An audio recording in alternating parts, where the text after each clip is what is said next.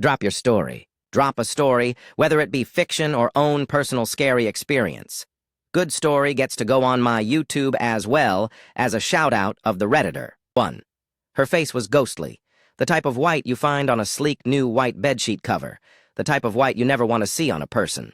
Her eyes were sunken, as if being tied down to the bottom of an endless ocean, because bad feelings were endless, weren't they? People say bad feelings don't last forever, but they don't ever leave.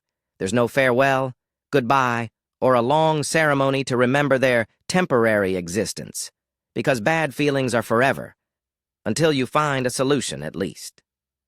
I walked toward, tracing my hands over her purple fingertips. Her fingers felt cold as they danced over my hand. Her body was slumped, being held up by one thing. One thing was keeping her up, and this time, it wasn't her boyfriend. I look up at her eyes. They stared back at me as if putting up one last fight. The forest green color in her eyes was now a milky damp, expressing the lack of life. I wanted to help her, but it was too late. Her body no longer defied gravity, but instead condemned to be a passenger of it. A stale lie, as if she was choosing to hang there, waiting for permission to let go, permission that would never come. The body no longer held the fight it used to, but rather acceptance. A stance of a mediator, a stance of a person who had a final choice. But there was no final choices in life. At least, that's how it's meant to be. But this was different. This was a choice. Her last choice, her last final grasp at control. What once was a deafening scene was silent. Her mind was finally silent. It had nothing to say except deterioration, much like the rest of her body, and the world still spun, because fortunately the world doesn't stop spinning when somebody kills themselves. Surprise, right?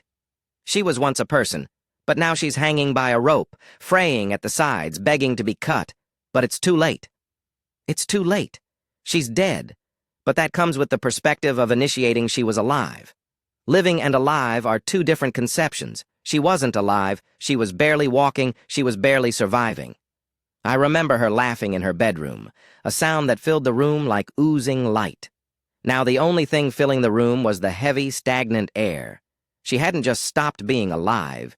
She had stopped being the person who inhabited those clothes, who laughed at those jokes, who existed in the space between the breaths that now she struggled to take. The silence in the room wasn't empty. It was textured. It was a thick, velvet weight that pressed against my eardrums. Outside, the world continued its indifferent rotation.